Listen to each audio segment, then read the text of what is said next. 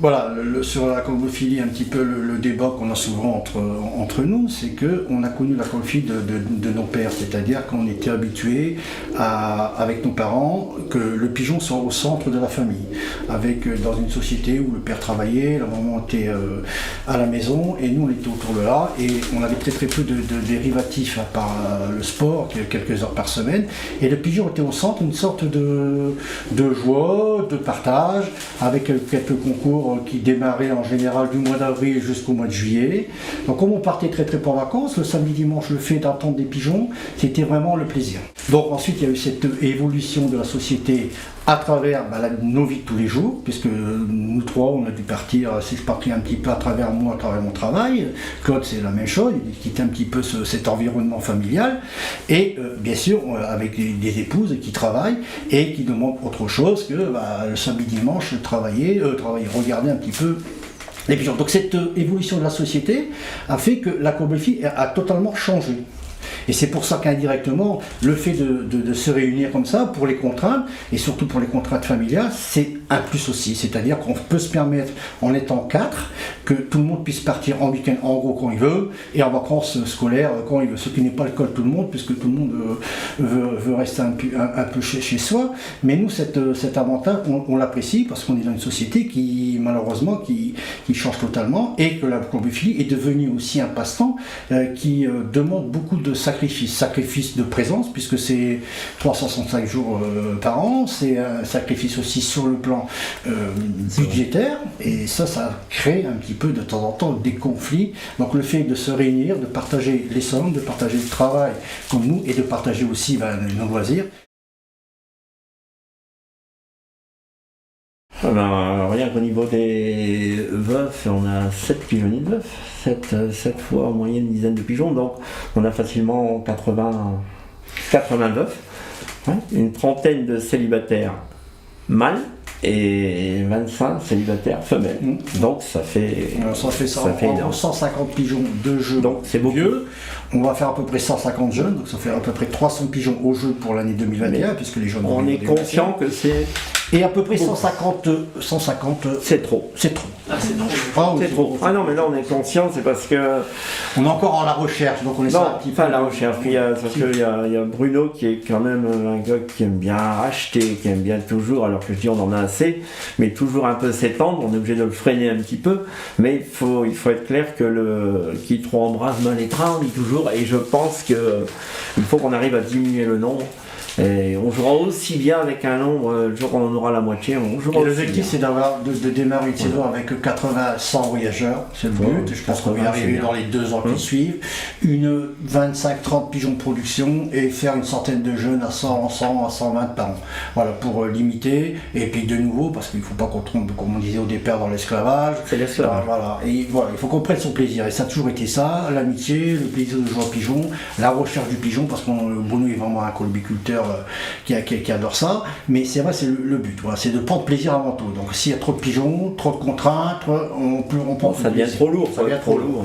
Donc le but c'est ça, dans les 2 années qui viennent, de diminuer la colonie et avec pour objectif de jouer les 600 et surtout préparer peut-être les femelles sur les internationaux. Alors au départ, quand on s'associait, que ce soit avec Bruno, on dispose chacun à peu près de 150 à 200 pigeons. Et peut-être Bruno un peu plus, parce que Bruno était avec son père, donc son père qui était aussi colobophile. Donc Bruno avait des pigeonniers chez lui, chez son père, et moi j'avais des pigeonniers chez mon père. Donc on était à peu près à 500-600 pigeons. Voilà. Donc par la force des choses, il y a un moment on a dit, en plus Bruno habitait Los Angeles, donc on avait des problèmes de management, donc on disait simplement, on a trouvé cette solution-là de tout centraliser.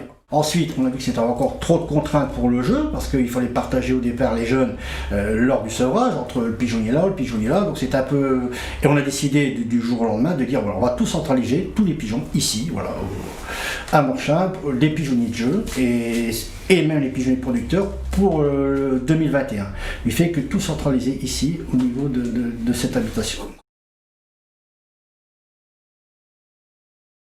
Alors les lignées, un peu c'est une lignée des trois pigeonniers. Et ce qui est bien, c'est ça qu'on arrive à trouver un courant ensemble. C'est-à-dire que si je vous parle de Claude avait une ligne extraordinaire, il faut le dire, extraordinaire, qui avait acheté dans les années 90-93 chez... J'avais été chez Roger Delove à Nivelles, voilà. Et franchement on avait trouvé les monsieur Delove cultiver les Engels Verbruggen, les Flor Engels et les Verbruggen, qui étaient vraiment des très forts joueurs du grand demi-fond en Belgique. Et il avait fait un premier prix National Bourges, et en allant chez lui l'année qu'il a fait le premier National Bourges, l'année d'après, on a pu acquérir toute une lignée de pigeons avec des neveux, des nièces de ce premier national, et on a réussi vraiment à trouver un couple en or.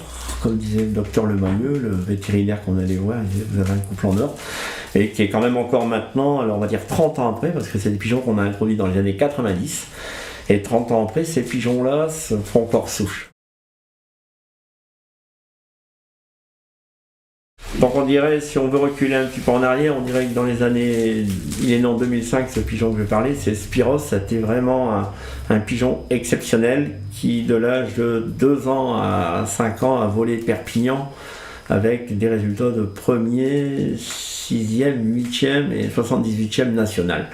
Donc un pigeon extraordinaire, mais il ne faisait pas prix qu'à Perpignan, puisqu'il faisait prix à son premier concours à 150 km, il faisait la tête à Saint-Junien, c'était un pigeon extraordinaire. Il a été 2e as pigeon européen sur les 4 Perpignan de 2007 à 2010.